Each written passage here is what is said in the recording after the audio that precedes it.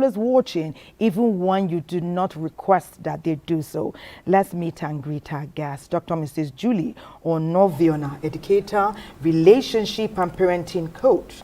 She's also executive director, La Vogue British International School, Abuja. Great to have you on Weekend Deal. Thank you very much. Good morning. Olarewaju Osho, executive director, Inspire Nigeria Initiative. A good friend of the house and the NTA family. Great to have you with us on Weekend Deal today. It's a pleasure, Thelma. Good morning, Nigerians. We talk about the total child, and they say the place of nurturing. When we talk about nurturing, I know we're not just talking about food. Set the tone, madam. Thank you very much, Thelma. Nurturing means putting the child, preparing the child to become successful in life. Putting all the values that will make him or her to be a successful youth in the nearest future. Not necessarily giving food and all those things, no. It goes beyond that. The values are key to nurturing a child. Interesting. Mr. Osho, she has used the word values. Values, virtues, are they one and the same? And when we say values with regards to our children, what are we talking about specifically? Thank you, Thelma. Value and virtues are not exactly the same. Values are society, ethos, ethics, moral, compass that guides a child. Virtues are the manifestation of, the formation of this, the adoption of this good moral behavior. As kindness, as empathy, as compassion, as appreciation, and so on and so forth. And the life of a child, or the heart of a child, is like a clean slate. And we are writing on a daily basis on top of this slate. And what we write on it, we stick. Some may be erased if they are not good. Some may stick with them for the rest of their lives. So we as adults, we are actually models, molding the life of young people by the way we live our lives. They see us. One thing I want every viewer to know is that children see you, whether they are your biological children or your nephews, your nieces, or even children in the neighborhood. They see the way we talk, they see the way we act, they see the things we do, and they see some of them mirror us. They hear what we say as well. They hear what we say. And they mirror us. Okay, Dr. Mrs. Julie, when we talk about being intentional, let us marry intentionality. Let us take it from the home. Charity, they say, begins at home. So if charity is already at home, why are we not asking for collaborative charity also from other places where our children will visit? Like you rightly said, charity begins at home. And for a child to be properly nurtured, you have to be deliberate about it. Like Pastor Osho said, it has to come from us. Because they watch what we do, they watch what we say, and they want to act it. So if, as a parent, you are fond of quarreling, using foul words, they want to act that way too. And that is the reason why we have a problem in the society now, because most homes are battered, most homes are in shambles. And this gives birth to what we have in the society. What do we have in society? In the society now, you have all kinds of children who are not properly brought up, who are not properly trained. That's why you can have a child who is supposed to be in the school, learning in the school. You see that child traveled out of the country without even the parents knowing. But sometimes the parents do know. Parents have been known to take their children out of school and take them for holidays. But why school is in session? Why school is in session. But Mr. Osho, take it from there. Let us look at how the home and the school can work together, because we've come to see that the home can't do it alone. Your best intentions are not enough, because you're not spending 24 hours with your child. They are being educated and hopefully enlightened in the proper way. So tell us about a good collaboration with the best intentions, and what the likely outcome can be, as against what Dr. Julie says. Okay, thank you. When you speak about home, then you assume that it's actually a home. You see, the home is a journey. The home is a girl that is well raised by her parents, a boy that is well raised by his parents, and they have come together also to form a family. Now, if the girl is not well raised and the man is well raised, there's already, a gap. If they are both raised, then the school has wonderful partners to work with. If none of them is well raised, then the children are completely abandoned to the school to raise. And if you look around today, this is the summation of what we have on us in the society. There are kids that come to school completely, my wife is an educationist also, so I see this. The kids come to school, they do not have any signature of right parenting on them. From the way when you say right signature, what does the wrong signature look like? Okay, wrong signature, for example, is at home. We have taught your children that other people have rights as well. So everything is not as in respect. Respect. Everything is not all about them. You have taught them how to speak to others, because when politely, courteously. Yes. Okay. You have taught them mannerism, how to behave, how to respect their teachers, and how to believe that everybody is not working for them, and so on and so forth. So when those kind of children get to school, and then the teacher's duty, the school educator's duty is to reinforce what the parents have already taught them, and when they see gap, they feel this gap. But unfortunately, I need to ask you to hold your thoughts. Yes, we're going to come right back to talk about this. Hold your thoughts. We're coming back. We'll need to take a break now. We'll be right back. Please stay with us. Weekend Deal. Before the break, we're talking with Dr. Mrs. Julie Onovwiona, who is an educationist, a relationship and a coach as well. And then we're talking with Olarewaju Osho, Executive Director, Inspire Nigeria Initiative. We want to continue that conversation. When you are teaching your child how to be late to school, it means it's going to affect everything about that child. He is being trained not to manage time. He doesn't know the value of time, and that's an issue. At times when they come to school, you see them emotionally, they are not there, and by the time you come close to ask them, what's the problem, why are you not smiling? My mommy and my daddy fought, and my daddy broke the television, broke this, broke that. Mr. Osho, let's take it from there. When the home is not stable, when things are not smooth there, it affects the child. Absolutely. What can be done? You see, what we have to do is we have to, Jesus said something in the Bible. He said, "For their sake, I sanctified myself." Parents must know that God gave them children, to train for Him. And then because of that, they must be willing to deliberately, intentionally, consciously know that, look, I am in the space of these children whenever I'm at home. And whatever I do, I have to be conscious that it will affect them positively or negatively. So therefore, you discipline yourself, self-discipline. Every mother, every father, every couple must practice self-discipline. You don't have to... A lot of parents are not disciplined. Just a minute. There's no way in a home there won't be disagreements every now and then. There will be disagreements. Are we saying there will never be? No, you can form a ground rule that we will never quarrel in the presence of our children, that we will never argue or have altercation in the presence of our children in loud tone.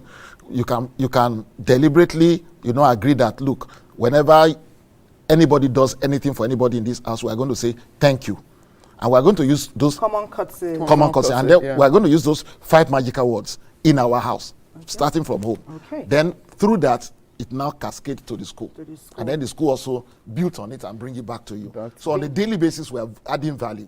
The home is adding value, the school is adding value. And we must not forget those 3 core areas that Dr. Benjamin Bloom spoke about. The cognitive, the affective, and the psychomotor. psychomotor. So as they are doing it in school, it must be replicated in the house. But tell me, Dr. Julie, as an educationist, you run a school, so education is key. The children must benefit, must be enlightened.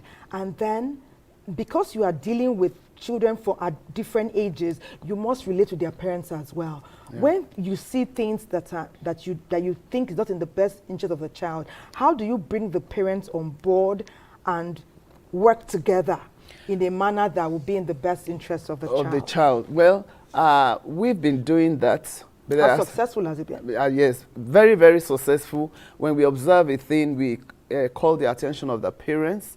And the fact is this, most of the parents don't even know their kids. They don't know who their children are. They open up more to us. For instance, the children of the parents? The children. The children open up to we teachers than to their parents. Why is that so? The reason is most times the parents don't take time to listen. They don't listen to their children. They don't care what they go through. They don't know who their friends are. They don't have time for them. So when they come to school and we observe their mood, we're able to talk them out and see what they're going through. For instance, there was a time I had a program for the children. It was a gender talk. And I spoke on abortion, that children must not have sex. If you have sex, these are the repercussions. And after the program, a child ran to me. She was 12 years old and told me, "Mommy, I've aborted 3 times."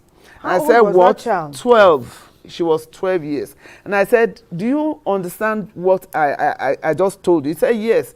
I said, "Is your mommy aware?" She said, "Yes." "Who gave you the pregnancy?" He said, "It's my father." And my mommy said, "I should not tell anybody." So a lot of them are going through emotional traumatic experiences. But you've opened the chapter to another level of our conversation, because this is turmoil and trauma even within the home. This is not being this is not taking note of that child. This is abuse. But let us take a feature. Ijoma Ona has been talking about encouraging open communication with our children. When we come back, as we address what Ijoma will bring to the table, we'll also take a look again about what Dr. Julie said. Ijoma, please tell us what you found.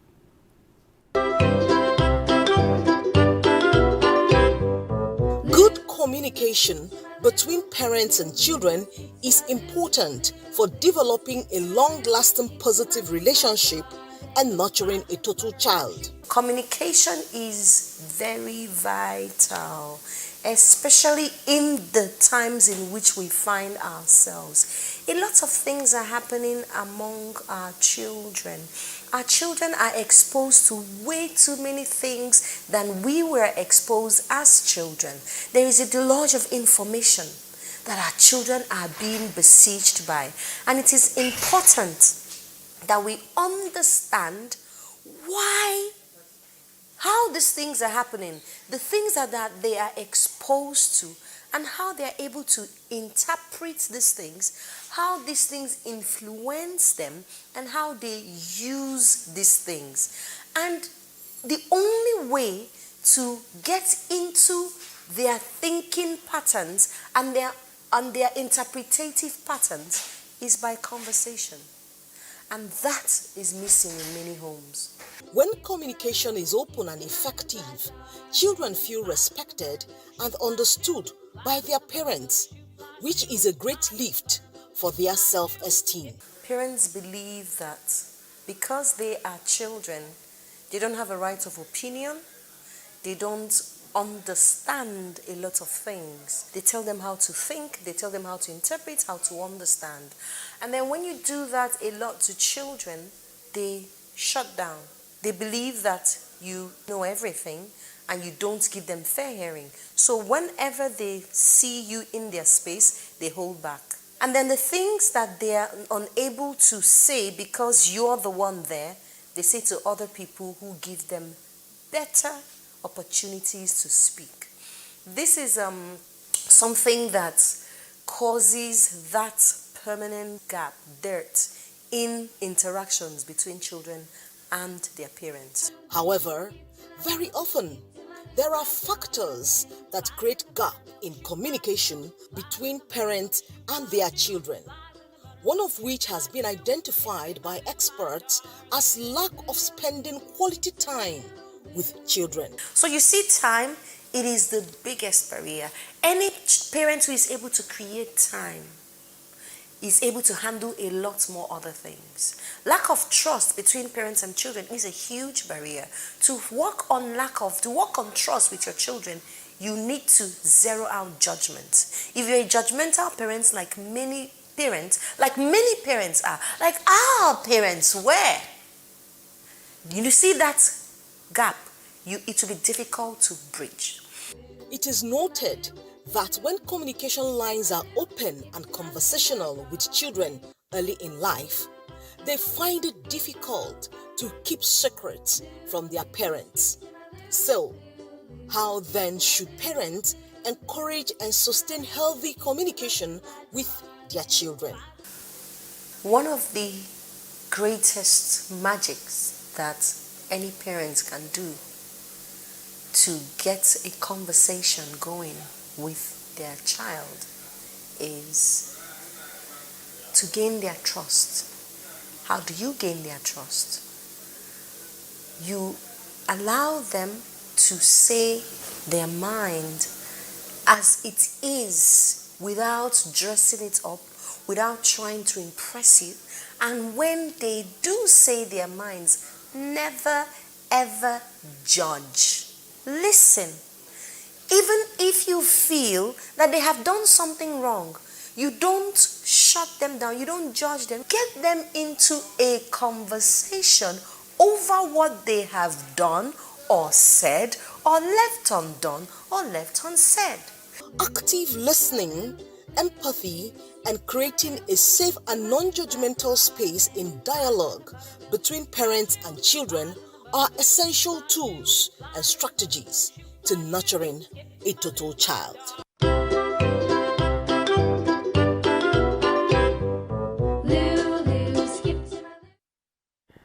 IJ, that was quite in-depth. Omelogo Unandi opened another door that we must ask you at this time about. Do your children trust you? Father, does your child trust you? Female or male? Mother, do your children share things with you? Before the break, Dr. Julie told us about abuse, which can be traumatic for a child at any age. Mr. Osho, we talk about trust and communication, but let's talk about what Dr. Julie let us know before we took Ijoma's feature.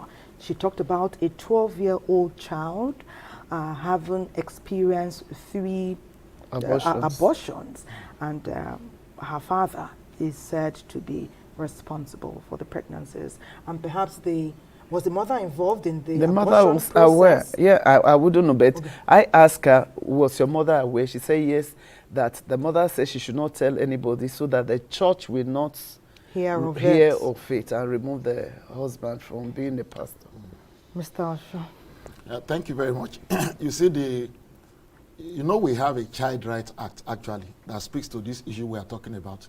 And the Child Rights Act was done during the time of President Olusegun Obasanjo in 2003. And Section 22, Section 127 speaks about who is a child, and it stops at 18 years. So that's 12. Some are 18, some are 17 that are also suffering that. And then Section 22 speaks about what we should protect a child from. And definitely those kind of children, I mean, that child is not protected. Now, why we are not able to raise total children, when we say total children, it means that some have been damaged. Let me finish this thought. Some have been damaged. That's why they are not total children. And the reason why they are not total children is that the father or the mother is failing in the 7 basic duties of a father. A father is not only a protector, but 95% of fathers today, provider. 95% of fathers today, what they focus on as a parent is providing. How to bring money. Protection. If you know that your duty is to protect your child, you can't be the one that the child is now suffering abuse from. That's the greatest betrayal. Okay, so, and the area of trust is also comes from fulfilling your role as a friend. A father is a friend. A father is an encourager. A father is a helper. A motivator. A motivator. So in the process of doing this work, the child gain your trust. You earn it. You have to earn it. A lot of people, a lot of fathers and mothers in the house, they see nothing. Things can actually go wrong under their roof and they do not know. Because the mother feels that my role is just to go to the kitchen and make food for these children. And at times it's not the father that is abusing the children. It may even be the uncle or somebody around. So house. If the father is also present, that he will also, he will be able to say, look, you are moody, you have not come out of your room today, what's wrong with you? And then you talk it out. So these are the issues that we have to look at. The father is always available. Yeah. There is need for the fathers to be physically available. When you are physically available, the child will be comfortable enough to come and tell you one or two things. But when the father is never there, you leave the house 5 a.m. in the morning, come back 11 p.m.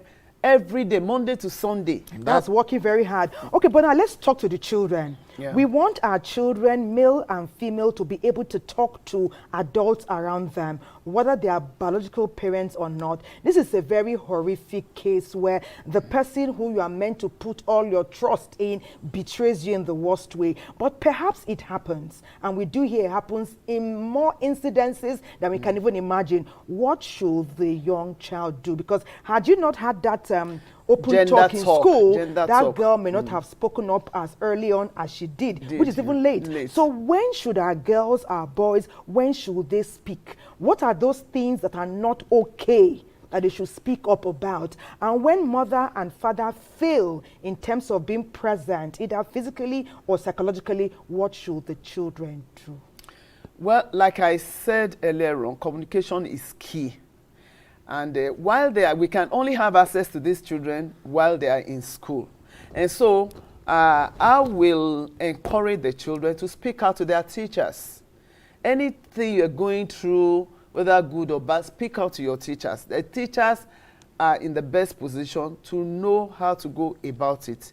Then if the child is able to open up to the teachers, that is when we come in and invite the parents to inform them of what the child is going through.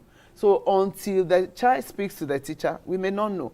But you can observe as a mother, as a father. That's why I said once they come, once we see them in the school, we take note of their mood. Immediately a child is dropped into the school compound. Your vigilante mode kicks in. Yes. You easily know that this child is not happy. Just bring the child aside and ask him, what's the problem? Why are you not happy? Why is your mood like this? The child will immediately open up to you.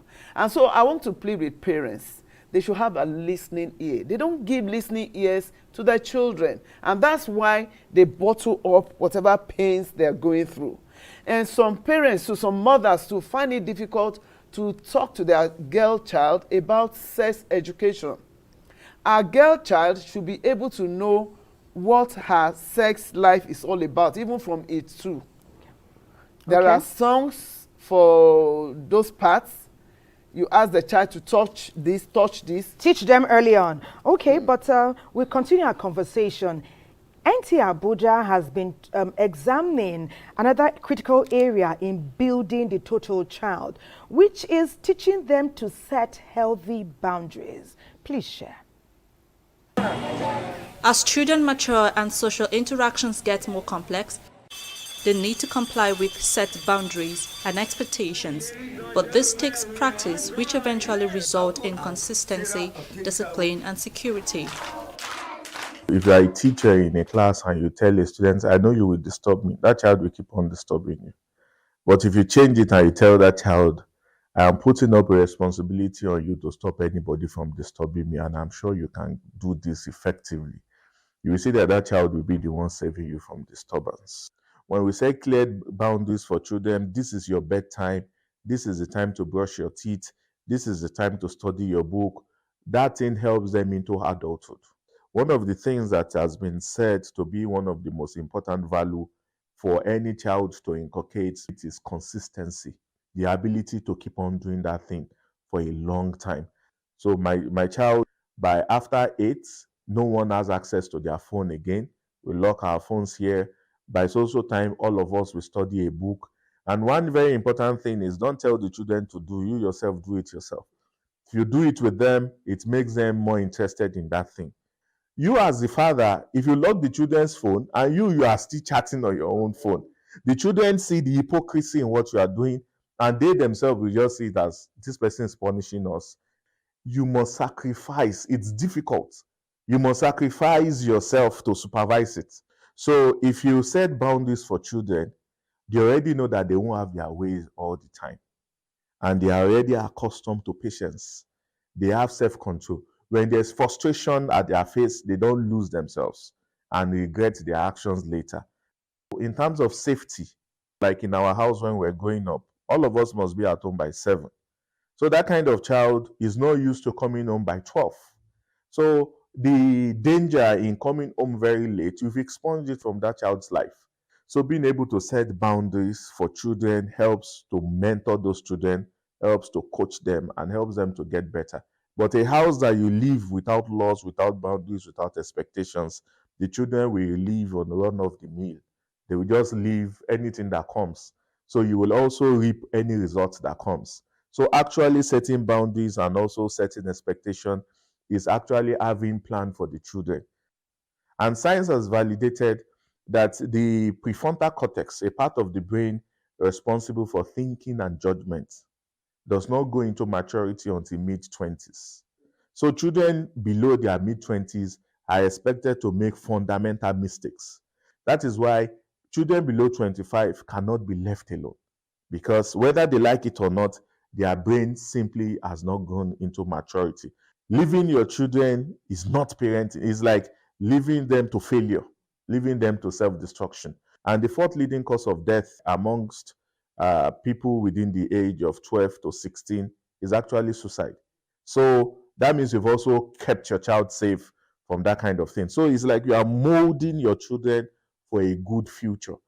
There's a book written by Dr. Ibrahim Duba called Tell, Don't Yell. I think the first strategy is to tell children and not yell at them, because studies has validated that when you yell at a child, at someone, that person believes you've punished me. So the person repeats that task. So don't wait till a child makes a mistake before telling the child the right thing to do. Have a 10, 20, 15 minutes in your house that you sit to discuss good actions. You tell stories. That was what was known with Africans. You know why? Their defense mechanism will come out when they've already made a mistake. So they are not ready to take correction. They are ready to defend themselves. So that particular thing will not sink for a long time. So if you are not ready to make the sacrifice, don't start it at all. As long as you are not consistent, it won't work. But as long as you put in the consistency, you will also reap the good outcome later.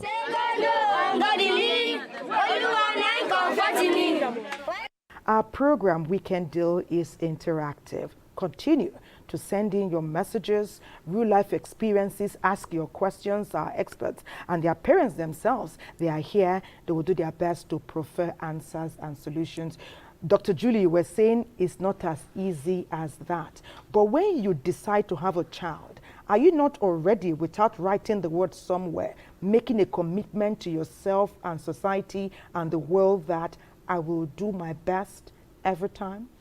Yeah, it's a commitment, but not everybody is committed to those vows. You know, because of the pursuit of money, the mother is not available, the father is not available. Both decide to leave in the morning as early as 5 a.m. They don't come back until 10 p.m. So how do you bring in those values into the children? That's why I said it's easier said than done.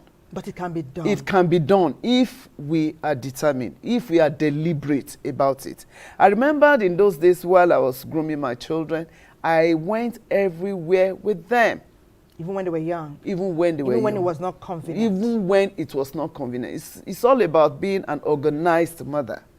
And when you are an organized mother, you'll be able to put them first and give them the time they need for them to be able to do what is right. Okay. Mr. Osho, it does seem as though some guardians or parents are not willing to make healthy sacrifices for their children? Is it that they are putting themselves first? Because I've heard parents say, the money I'm looking for, is it not to raise the children and to give them the best? So how do we strike a balance between this pursuit of money, which is necessary, and then raising healthy and responsive children? You make sacrifices when you are very, very conscious of what, when you have valued what you are making sacrifice for. There has to be evaluation. You see, the way I see it is that a lot of people are not actually prepared to be parents. You know, boy dating girl, they slept together, they were not preparing for a child, and they became pregnant, and then they became married.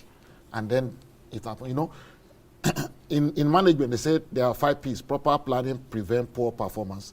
So also in parenting, there has to be proper planning. Proper planning to get married and how to raise the children. And what to raise the children on. You understand me? It's not, you know, we have talked about, you know, there's a spiritual element of it. You are a father, you are a mother, you are zero in spirituality. So what do you download to these children? Then financial management. You know, you are a father, you are a mother, any small money that comes to your hand, you go and buy iPhone 10. How do you teach them how to manage finance? You understand me? So you are a bully as a father, as a mother. You talk to people anyhow. How do you raise children that are courteous, that value people and talk to them with respect? So this thing can be done, but it has to be deliberate. Fatherhood is an assignment from God. Motherhood is an assignment from God. So if you understand that I'm a father as an assignment, I'm a mother as an assignment, then you put all your energy into doing that, because you are going to give account to the Almighty God that you gave me this daughter, this son, and look at what I have produced out of him. Okay, let me take another message. Okay, let me just take one message before we go to another of our features. Ayi Aboyi is reaching us from Otupo in Benue State. He says, today's topic is very interesting and it has a great impact on who we become. He says, these days, the quest to acquire wealth by all means possible has caused many parents and guardians to disconnect from their children. And they leave these children at the mercy of the society or anyone. And then they face the good, the bad, and the ugly. He said parents must be deliberate in raising children. They must make time for their children. Because once the time to raise them is lost, it is lost. It is lost. Eki Aboyi from Otupo in Benue State. Wow. That's good. We do know that many of us, when we were growing up, we traveled a lot. Yes. We visited our grandparents, you know, and even sometimes while our parents were there, our grandparents took charge and corrected some of us, even our parents, for some things that they thought was not done in the proper way. Well, Uju has been talking with 95-year-olds, grandparents, great-grandparents, and let us hear what they have to share with us.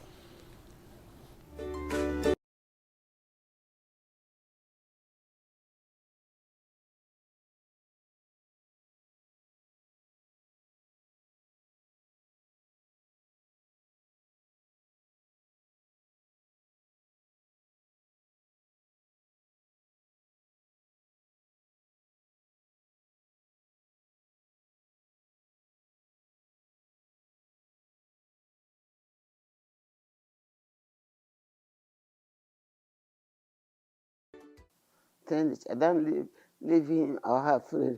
He's a small child. You can't do this, you can't do that. Or this is a boy, you can't do what girls do. No, start early to train them. But whatever I do in the village, they follow me. There were some things I personally would have loved to engage because we didn't grow up at home. So when the war came and we came back, there are certain things, like, you know, the dance, the village dance, today I've not forgiven that I was not able to do those. You know how they tie that small thing? The jigida? We were never allowed to do that. People will take their own children, come to us, sweeping outside very early in the morning. The children had to wake up early and sweep outside before it's 7 o'clock or 6:30.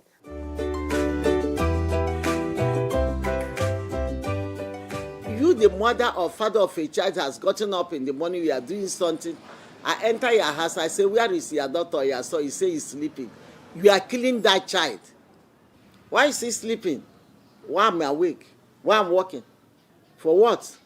He must do the housework as others are doing. If the boys are cleaning the compound, the boy joins them to clean the compound. You teach them how to make their bed, even as early as 6. Teach them how to take responsibility. And it's not everything a child requests you must give. Hey, these children, oh, you're still lying down, watching TV. It won't be long now, your mother will come back from work. Eh? We're expecting Angel. Please stand up. It's not good now.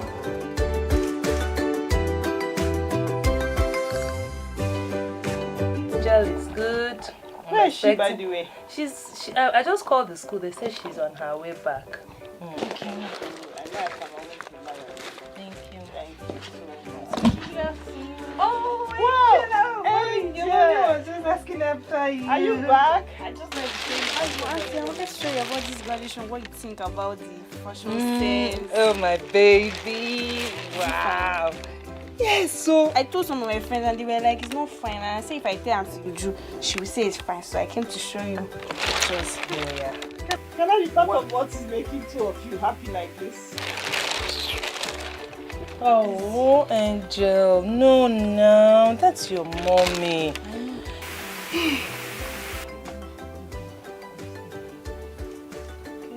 Okay. I'll find you up. Angel! Angel! Auntie Uju? Yes, ma. Please. Just sit. No. Sit down. Sit down. You need to talk. I just feel heartbroken. My daughter, Angel, you understand why I work this much. You know I have to provide for the home. You know how the economy is currently. And you know there are a lot of things that are on my shoulders and I'm carrying. Please, you need to help me. I know I've relied so much on you. You know, I've spoken to you severally about her work and her not being around. Yes, you're my friend, but you also need to be more friendly with your mommy. It's not good to treat her like that. Please, promise me. I promise. Okay, baby. That's my girl. Angel.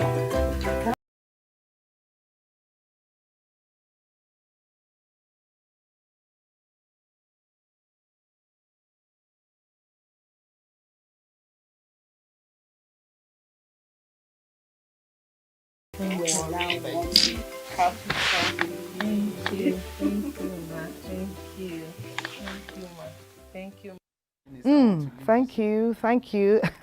We're just talking with Dr. Julie and Mr. Osho, and she was just running a commentary right as that drama was unfolding. We saw how the daughter walked out on the mother, and the mother now sought bonding time, perhaps through games, through relaxation time and periods. We can gain the trust of our children. You were telling me, Dr. Julie, that it's the children who dictate the pace and the circumstances of how they are raised and what happens in the home. How is that? Well, of recent, that's what we've discovered. When you ask a child this, he will tell you, this is what I've told my mommy and that is what is going to stand. For instance, maybe her friend now left the school to another school. The next thing is she wants to leave the school to join her friend where the friend has just gone. The school, and the parents will say no. The next thing is, I'm changing my child from this school. Before you know it, the child has gone to a friend's school. You don't even know what the school is all about. Or what the attachment between the two children the two children. So most times, parents are responsible for all this misbehavior in our children. And we need to be deliberate in disciplining them. When we are not deliberate, when you don't draw your line, then you miss it. And that's why the Bible says, spare the rod and spoil the child. Mr. Osho, how do you strike a balance? There are times where they say the guardian or the parent is too harsh, and that also has repercussions. They are also telling us, don't be too soft. It has repercussions. What is the best way forward? So you raise a child who is independent, who is strong, and of good character? The best way for me is the way of the scripture. Proverbs 22 verse 6. Train up a child in the way he should go. This training should start very early. You know, like your drama. That girl is already a teenager. So, I mean, if she had bonded with the child when the child was 1, 2, 3, 4, it would not be like that. So, let's focus on child development, child training early from the beginning. You know, in those days when we were growing up, you know, they measured chores for us in the house. Everybody does his chores. You understand me? And then when you have done, if you do not do your chores, you will be punished to do that. And then your parents will still explain to you and say, okay, I punish you because of this. So let's not just, in maintaining the balance, put your feet on the ground and enforce discipline where it needed to be enforced. And there be too much discipline? There can't be too much discipline if you communicate. So when you have disciplined the child, then you call the child, sweetheart, did you know why I did this? You understand me now? It's because of A, B, C, D, and F. I also observe that you cannot give what you don't have. Yeah, of course. Some of these people cannot really give to their children what they have not learned. Because they were not raised? Because they were not properly raised. So what are you going to be giving to the children when you yourself, that call yourself a mother and a father, you are not disciplined, you don't even know all those things you are supposed to introduce to your children? I know in times past we said the community raised the child, but in these days some of us are not too aware of what is happening in our community, let alone allowing our children to be raised by that same community. In your final word, one sentence, do we go back to the times of old? Well, the times of old, I would say, is even better than the time we are now. We are in the jet age, and civilization is almost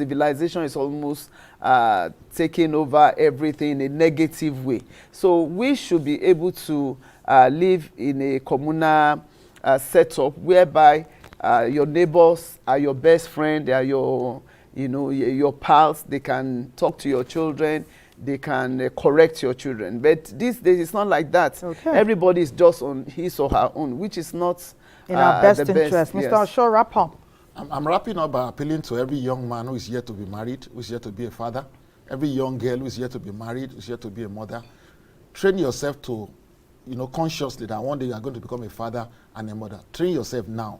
And to all parents who are well raised, but who have now used, laissez-faire attitude to spoil their children, it is your future you are spoiling. It is your legacy that you are spoiling. And you have to just retrace your steps and correct your errors. If you have to appeal to the children, appeal to them. Look, I didn't raise you well. I've learnt my lesson now. Let's start all over again. Interesting angle. I can imagine that happening in real time. Yeah, we have to Mr. Olarabaju Osho, Executive Director, Inspire Nigeria Initiative, thank you for being a part of our conversation.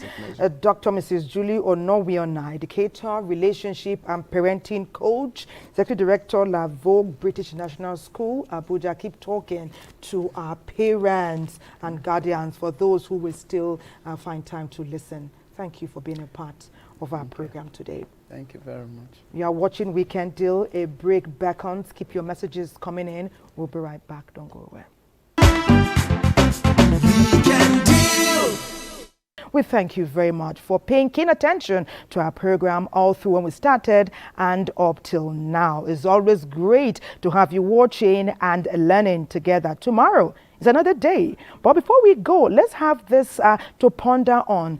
In a bid to make sure you don't hurt your children or your words, don't end up making them become irresponsible adults or a deficit aspect of our great society and what we're building at home and globally. It's great having you. God bless Nigeria. Let's do it again bright and early tomorrow morning, also on Weekend Deal. From all of us here, it's bye-bye.